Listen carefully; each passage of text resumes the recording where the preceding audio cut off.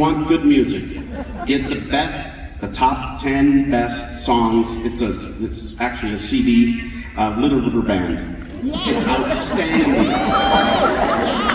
Lonesome Loser, one of the best songs ever. We have it for our seminarians. I got him plugged listening to it at Carol, so that's good. I want to congratulate the seniors again, huh? And it was nice to hear so many of you going to Carol. That's great. And I want to give an encouragement to all of us, huh? You all got my little letter with a prayer for Carroll College, right? And an envelope for some cash. If you can do both, that'd be great. If you have to pick one, pick the prayer. Pick the prayer. Please, pray for us every day. It's our college. What a gem, huh? It's amazing. 117 years old. It's amazing what the gift it has given us, but we have to give it attention. It's been a real privilege to have been a co-president, the only bishop in the United States that's also a president of a college. And when I wrote the nuncio, the Pope's representative, and told him, I didn't ask for permission because it's our college. So I told him I'm going to be co-president for a year, and he wrote back and congratulated me, and then in 6 different ways said that it's transitory, just for a time, a short period. Right? He wanted to make it clear that I have to give my energies to the whole diocese, and I have. But I have nothing to do. This is what I do. Right? But it's been a delight to get to know Carol from the inside. And there's been huge bridges that we have built. Me to them, and them to me. Right? So.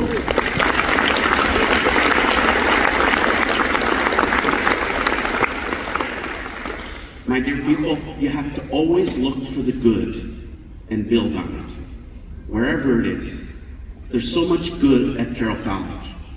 9 of our 13 seminarians are graduates. Something's working. Is it perfect? No, and it never will be. And there isn't a perfect one. I've been begging our students to do this. Give us 1 year. I was just out recruiting for students in Seattle. And I said to them, we want to find the right place for you. Give Carol 1 year. If it's not the right place, I'll help you find the right place. Afterwards, a girl came up to me and she said, I'm going to come to Carol because you're the first person that I visited a college who said, we want to find the right place for you, not come to us, right? To really see them. And that's it, right? We want to help them find the right place. I have 2 great tools to journey with young people. Carroll College and Legendary Lodge. They're the best tools I have, that we have, to journey with young people and to have an impact in their lives and allowing them to have an impact in ours. Carroll College has made me a better bishop. It has. So has Montana State, University of Montana, Dillon. We have 33,000 college kids in our diocese. 33,000. That's a huge responsibility given to us who are not in college. So that's just a little lecture for you. And if you can give financially to Carol, I'll take it. It's wonderful. But isn't this, I was so proud of you yesterday. Thank you. I was so proud of you. I really felt like a father. I really did. Being able to show off to a prince of the church, right? Cardinal Dolan, the people that I love. And you did not disappoint one bit. Gave him such a warm welcome. He loved it. He really did. And he's something else, isn't it? Yeah. A cardinal? Yeah, he's a cardinal.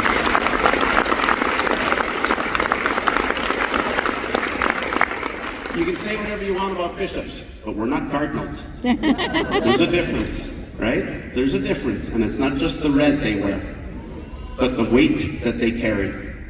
To think that he was a part of 2 conclaves, choosing for us the vicar of Christ on earth. What Jesus entrusts to humans is incredible to me. I can't believe it. He lets us do it, inspired by the Holy Spirit. He lets us today carry him through the streets of Helena, Montana. Why? He became so small as a baby, and then he goes even way further and hides under the appearance of bread. Amazing. And then he lets us feed on him. He lets us desecrate him. He lets us abuse him. That hasn't stopped. He knew, right? He knew when he was going to become that small that we're going to mess it up. Not to be afraid though, because we're his brothers and sisters. We're part of his family, right? And so he's vulnerable with us. So be vulnerable with him. My notes for my talk today, this is just introduction. What time am I done? I can go for hours. This is my outline for my talk. 2 water bottle stickers. And they're out there in the entryway. My first one, I want to tell you a story. So I was 5 years old, I want to say, 4, maybe 4. One of my earliest memories. My mom would get 300 chickens a year. We would butcher 300 chickens a year. I'm the youngest of 12. We had chicken noodle soup every Sunday. One of the highlights of Sunday was Mass, coming home, and eating exactly the same meal every Sunday. Chicken noodle soup and chicken with gravy in it, dungus, right? Cream and ketchup and fresh bread. My mom baked bread every day. Every day. And we would eat, if she would let us, all of it. Right? And I, to this day, don't like leftovers. Because I never ate leftovers in my life. We ate everything, every meal. And then Mom would say, if you're still hungry, drink some water and eat crackers until you're full, right? It's quite amazing. I remember though, when I was 4, Mom got her 300 chickens, and we had 100 chickens that would lay eggs, and 200 of the young ones that we'd butcher, and we'd butcher the hens for the soup, right? So, as a gift, the hatchery in Linton, North Dakota, where I grew up, that's how many people were out there. This little town had their own hatchery. And they gave us 12 ducklings, little ducks. So Mom brings the ducks home, puts them in a box, and she said, okay, Austin, make sure they have water and some food. I'm gonna go out to the garden. So I got my little dish, put water in there, and I'm watching my little ducks. They're not drinking water. So I take one over, I push his head in. That still doesn't drink. I push his head in. Not drinking, push his head in. The heck? So I hold his head in. And he falls over dead. So I take the other duck. Push his head in. Push his head in. Hold his head in. Killed all 12. I was 4, you guys. Give me a break. I killed all 12 ducks. They're all laying there in my little box. Mom comes in, how are the ducks? I said, Mom. She comes back, what happened? I said, they wouldn't drink water. I couldn't get them to drink water. She said, well, what did you do? I said, I put their heads in, and then I held their head in even, and they wouldn't drink water. She said, you drowned them all. I didn't get any more ducks. This is a water bottle sticker with a duck on it. And it says, always propose, never impose. Wow. Always propose, never impose. That's how we are as evangelists, to share our faith. We propose it, but we don't impose it. I was going to get mad at the cardinal yesterday. He almost ruined my story as he was talking about this, right? About our children and grandchildren. We're worried they're not going to church. We propose it, but you can't impose it. It does harm. It actually does harm. When I was proposing water to the ducks, that was fine. They would have never died. But when I imposed the water, I did harm. My dear people, propose. Don't impose. Right? We propose it by living it. I gotta tell you a story. I was in middle school, I would say. I won't name the names. 2 sisters, we were in our kitchen. My 2 sisters were talking, my mom and I were over on another side. And they were talking about the rosary. And my one sister said, "Do you pray the rosary?" And the other sister said, "No, not really. I really don't go to the Blessed Mother. I go to Jesus. I don't really pray the rosary." My mom turns around and just says, "Oh my, I would have never made it without Mary." And then turns around and continues. All she said. Didn't lecture, right? She gave an example of her faith. She proposed it. Guess what? That sister prays the rosary. That's it. Keep living your faith, showing it, right, to your children and grandchildren. And let that example be the proposal. But if you're not joyful in doing it, if you're miserable and it's not making a difference, right, in your life, it's not appealing. How appealing is your faith? That's a good question for all of us. How appealing is my faith that I'm living? Right? Am I showing that joy, that patience? We're all sinners, right? But having that sense of joy. I'll tell you a story about my grandfather. You guys heard it last night. I got a couple of brothers still here, and their wives. I was in the year 1975. I was 8 years old, right before my first Holy Communion. My Holy Father, now St. Paul VI, had a Jubilee year of reconciliation, asking Catholics to be reconciled with each other. Well, my grandfather in the 30s had given land to his sister and some cattle to keep her alive. Long story short, a dispute happened between the landowners, and they had to move a fence for a right-of-way or something. They got so upset, my grandfather said, "You're not welcome on the farm." We hated them, they hated us. Didn't even know why. Right? Well, that was in the 30s. It all started 5 years ago, 1970, and that they got into their fight. I'm in church with my grandpa for daily mass. First Saturday of the month, my grandpa always went to confession. I couldn't yet, so I was just sitting there, and that mass was just myself, the priest, and my grandpa. He was in confession. He comes out, he starts acting different. We're driving home, and we pull into this yard, to this family that he hadn't been talking to for 5 years. And I'm thinking, oh boy. And he gets out and he says, "Come with me." So I go with him. And he knocks on the door and he says, "The Holy Father has asked us to reconcile. I am sorry." And he shook his hand and said, "I forgive you and I'm sorry too." He invited him to the farm the next Sunday and they came. And we're reconciled. I don't know what happened in that confessional, but when I got asked in the seminary, when did I know that I was going to be a priest? It was that day. Because I knew what happened in that confessional made a difference. What the Pope was asking made a difference. I'm sure, I don't know what the priest said, but I have a feeling it was something like this, because I'm sure my grandfather confessed it every first Saturday. I'm sure he did. Right? He knew it was wrong. Couldn't help himself when you're that mad, right? I'm sure the priest said something like this.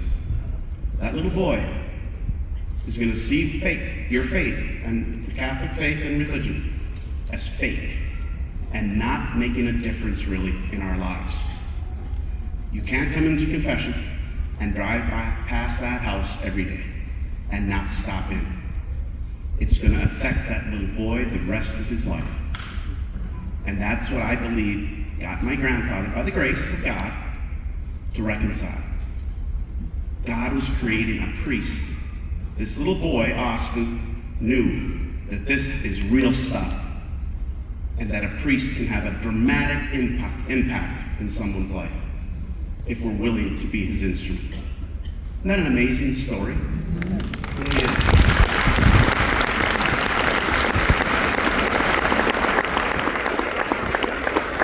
So that's the first story I want to tell you. I told the kids at Legendary Lodge, I asked Alex if it's a good idea, and she said, "I don't think the 5th grade girls are going to really like it." The girls were great. It was the boys that were a bunch of wimps.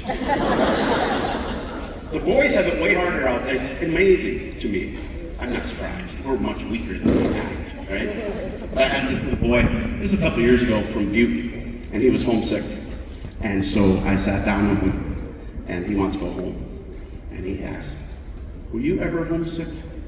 And I told him the story after I was ordained your bishop. It was right before Thanksgiving. It was November 20th. And all my family left and friends, and I didn't know anyone except one family. And it was Thanksgiving, and I decided not to go home because it's just, they were all here. And I told him the story. I said, when everyone left, I was homesick.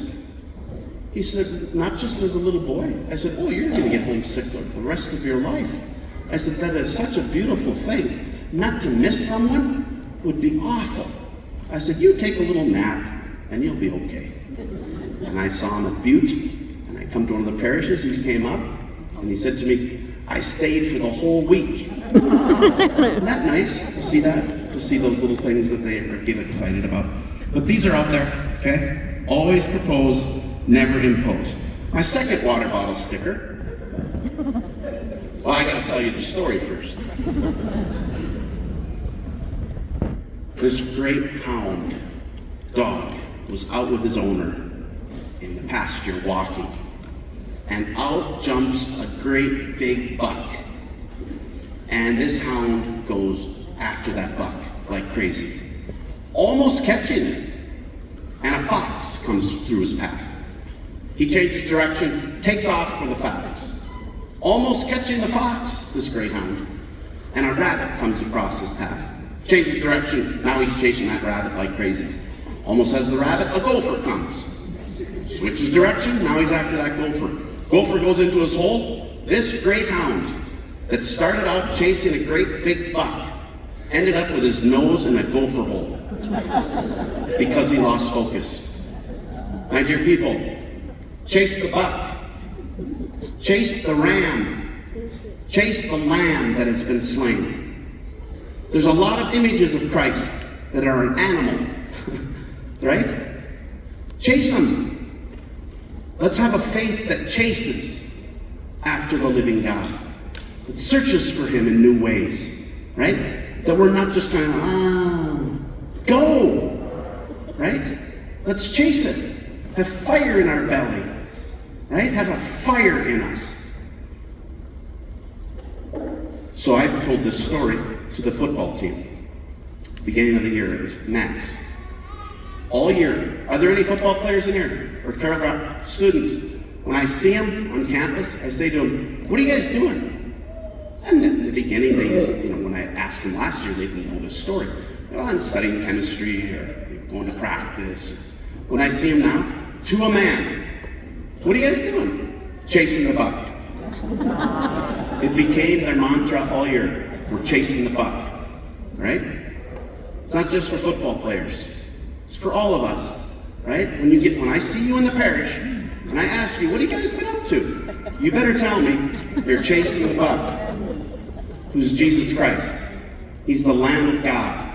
He's the ram that was sacrificed, right? Whose horns were caught for Moses to be able to sacrifice instead of his son, right? So chase him.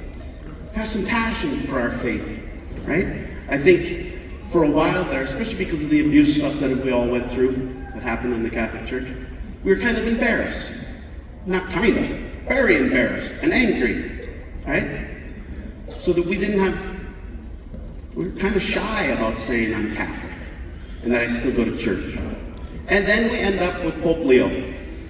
And all of us in the United States especially were able to say, I'm Catholic, that's our Pope. Did you guys see it, right? Have that excitement, to be excited about being Catholic. I love being Catholic. I do. And you do too, or you wouldn't be here, right? And so bring it back to your parishes, that excitement, that joy. Look for creative things to do, right? Not just to say, I'm Catholic, I go to Mass on Sundays. What else do you do? You know I loved coming to the cathedral on Friday before Mass? What I loved is seeing the cathedral jam-packed full, praying the Stations of the Cross. It should always be jam-packed full. That's where I learned how to suffer, all of you, is the Stations of the Cross. It's one of my favorite prayers to this day. I lead it at the cathedral on Fridays. Last year on Good Friday, we had about 700 people. That's how we're going to get through life, you guys. It's not magic. We have all the tools. They're not decorations on the wall. I was in one parish and I said, where are the stations? And they were way up top. And I said, oh, you don't pray the stations. That's obvious. They didn't, right? What are we doing? What are we doing? Right? Making our parishes the center of our life. Look for creative ways. When the parish priest is trying to do something, he usually doesn't. But if he does try to do something and be creative, show up. Show up. It's amazing the difference it makes. I had a great priest friend. He said to me, Father, you don't have to end things in a parish. If you don't want it, just neglect it, and it'll die. And what you want, practice it yourself, and the people will come. Right? We have good priests. Pray for them. They're going through some transition now. They got some new assignments. Right? Clap for your priests. They're all celebrating that.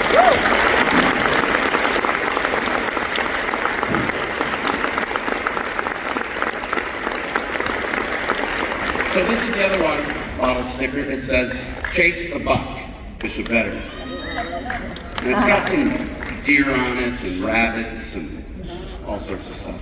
So pick up one, huh? Do you have any questions for me? Alex, you got a question for me? Do you? What is it? I'm sorry, I put her on the spot. I shouldn't have done that. Carly, clap for Carly again.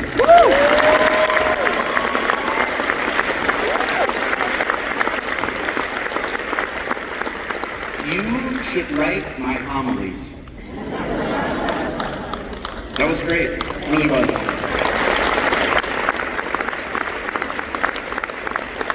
No, it's great being your bishop. I really enjoy it. I do, very much. I love it. I wouldn't do anything else. It's a great life. Yeah, there's some burdens, but you have burdens too. We all do, right? We all do. And they're made for us. We're working on Legendary Lodge. We have 2 roofs that are going on here, starting in the next couple of weeks. We had a family that moved here from Santa Barbara. They came to see me and said, Bishop, we want to support you. Tell us what's going on in the diocese. So I showed them the cathedral, showed them Carroll College, showed them Legendary Lodge, and told them about our capital campaign we were doing. And they said, we want to give $1 million as our first gift for Legendary Lodge, under one condition. You have to have your bishop's gala to raise more money for Legendary Lodge. And I said, you guys, they're going to kill me. I just did a capital campaign. Now I'm going to keep asking for more. They said, yeah, keep asking for more. So we did it. Right now, we're at what? $2.7 million for Legendary Lodge. Isn't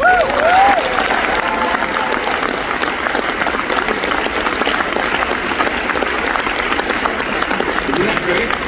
So we're right now seeing if we can, through Missoula County, put a rope bridge over the water. Have you been to Libby? Yeah. And walked across that bridge? Over where the waterfall is? It's gorgeous. So that's what we want to try to do. And then we want to heat the cabins so we can use them 10 months a year instead of 10 weeks.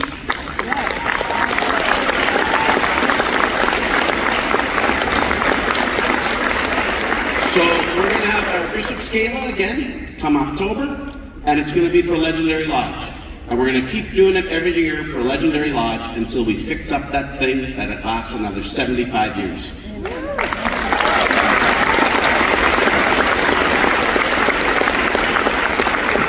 What else? We have, I'll let you ask in a second. We have 2 young men who just applied for the seminary, which is wonderful.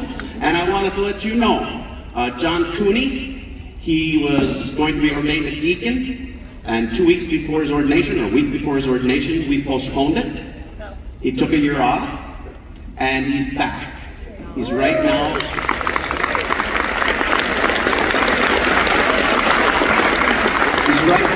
the process of coming back. He's in Kalispell at St. Matthew's, teaching 7th and 8th graders for a year. That'll teach him. But I postponed things, we've delayed it, slowed things down. God willing, as he goes back into the seminary in Minneapolis and do some other things, we're gonna have him get a master's degree. The man is brilliant, so that he can teach at Carroll when he's done. And God willing, he'd be ordained a priest in 3.5 years. So.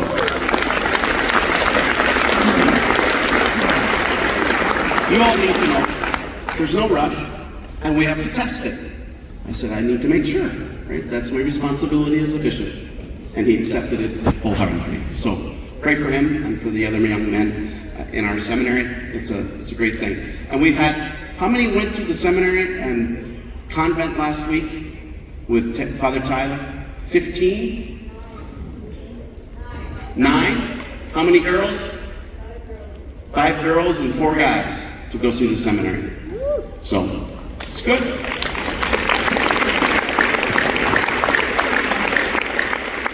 Great, what else have we been up to? Anything else? We have all the dates set for my deanery visits.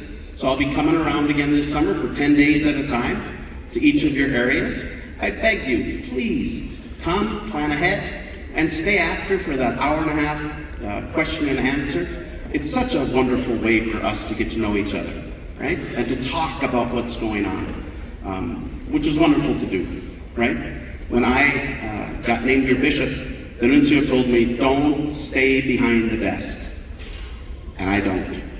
I go out and I have wonderful chancery staff behind the desk. They make me look so good. I don't do a thing. They do it. I come back, I've been gone, when I'm gone for 10 days, I'm not exaggerating. My desk is cleared off in 45 minutes. That tells you how good of a staff you have helping you. Look at them all, right? They're all over the place.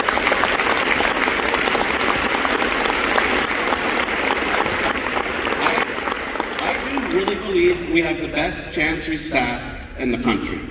I do. And I'm the oldest one. I'm the oldest one in the chancery, and I'm 58. So I find people of faith, and then I train them up, right? And they have great energy. You got to see so many of them this weekend. It's just great what they bring. They bring new life for us, huh? They bring new life so we don't become stale and stinky, right? I don't want to become kind of stinky. We can be kind of stinky sheep, right? The smell of the sheep kind of sounds gross to me, right? So we shouldn't be stinky. Don't stink, okay? So, okay, now I'll answer questions. How about some retreats for widows? Retreats for widows. 2 months ago, and I'm sorry to hear. yeah, me too. Sorry to That's hear. something I think is good. Yeah, it would be wonderful. Were you able to come? We haven't had one yet. You became a widow 2 months ago. How many of you in here are widows or widowers? Raise your hand high. Look around. Look around, okay? Lean on the other widows and widowers find each other. Right? Find each other. It can get so lonely and so quiet. Right? Could you imagine if you were over it already? What kind of love would that be? Right? If you were over it in a week. It should hurt like crazy. Like an arm has been cut off. You were one, and you'll see him again. Right? But don't suffer alone. Go to see your priest and come up with something. We had a mass for widowers. We have another one coming up we're at. We don't know yet. And we invite all the widows and widowers for a mass. And then we have a meal together. And we talk about grief. And it's been beautiful. So keep your eye out. We'll make sure. What parish are you? Stevensville. So you remember that, Alex. We make sure. Okay? If you have creative ideas of different masses, we have a mass of healing. We have a mass for those who've had miscarriages or lost young children. We've had mass celebrating marriage. We've had mass for widows and widowers. We've had mass for survivors of abuse. So we're going to keep doing it. But I encourage you, even if those don't hit your spot, right? Come and pray, right? For those who do. I had one that was so beautiful. She came up, she had 8 miscarriages. Oh my gosh. And now has 4 children. But to be able to share that with each other, right? We can sometimes hold back and feel like I'm the only one. So if there's someone else here from Stevensville who's a widow or widower, find her, right? Go out for coffee and cry together, right? To cry together. It's a beautiful thing. Thanks for sharing that. Isn't that beautiful?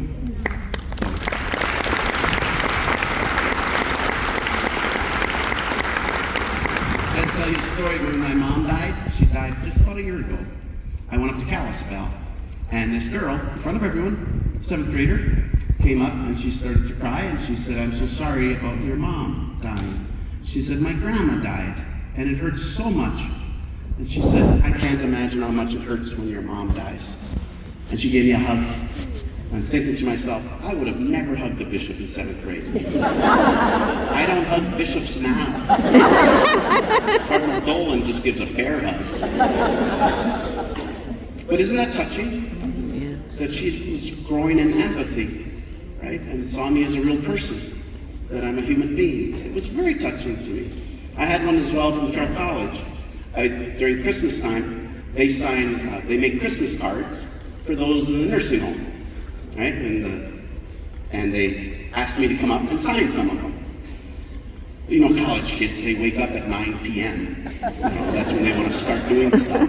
I had a long week that week. I was tired and a little grouchy, but I went up and signed some cards. But then I left. It wasn't my jovial self. I went home. The next week I get a letter from 3 girls, roommates, and said, "Bishop, we don't tell you often enough how much we love you and care for you. And when you come into the chapel for Mass and we don't know that you're going to be there, our hearts just leap for joy that you're having Mass with us. And I'm sure you get lonely sometimes and know of our prayers." And then they told me about what they're going through. I kept the letter because I'm doing the wedding of one of them. And so I'm going to read it and tell her husband, "You got a good wife who's going to look after you. Who's going to look after you with a real tenderness." Isn't that beautiful that they took the time? Yeah. I find it very touching. There's so much promise in our young people. Am I supposed to be done? 5 minutes? Wow. Anyone else have a question? How long have I been talking? I haven't even given my talk yet. You got one there? Up there? In the nosebleed section. So I'm going to preface my question with a question. I heard years ago, and I don't know who the quote is from, is that the greatest sin of all is believing there's a sin so great that Jesus' death on the cross couldn't cover it. Is that true? That's absolutely 100% true. So One drop of his blood is all it's needed. So that being said, yesterday before Mass or during Mass, and I'm bad at quoting people, Father said, "Who of us here thinks we are a saint?" And it was kind of like, oh, no. Shouldn't that have been a resounding yes if we truly believe that Jesus died for our sins and we're all covered? What's so nice about being Catholic, right?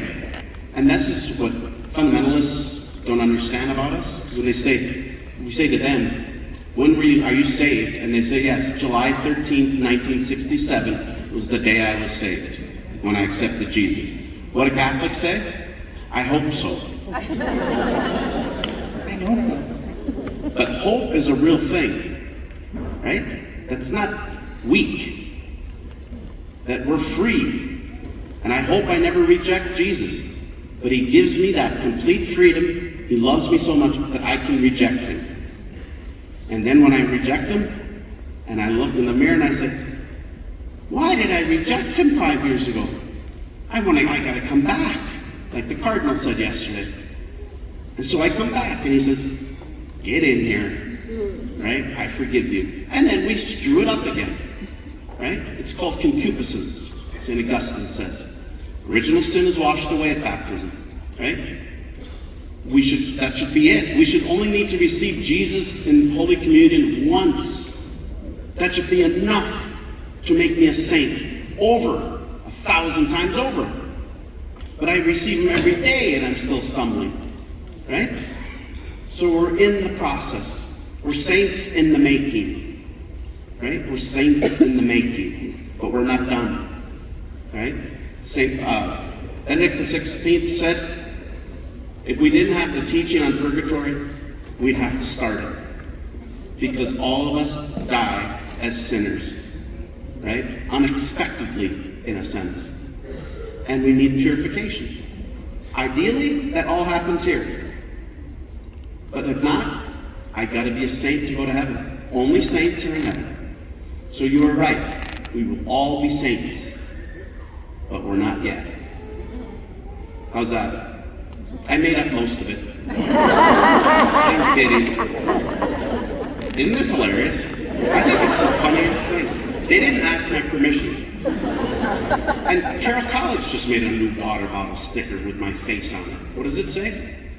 Here's my bishop, I think, or something. They're out there too, I think, right? What else? Any other questions? Father Mark? Anything else you want me to say? Nothing? Father Mark, he was a good MC.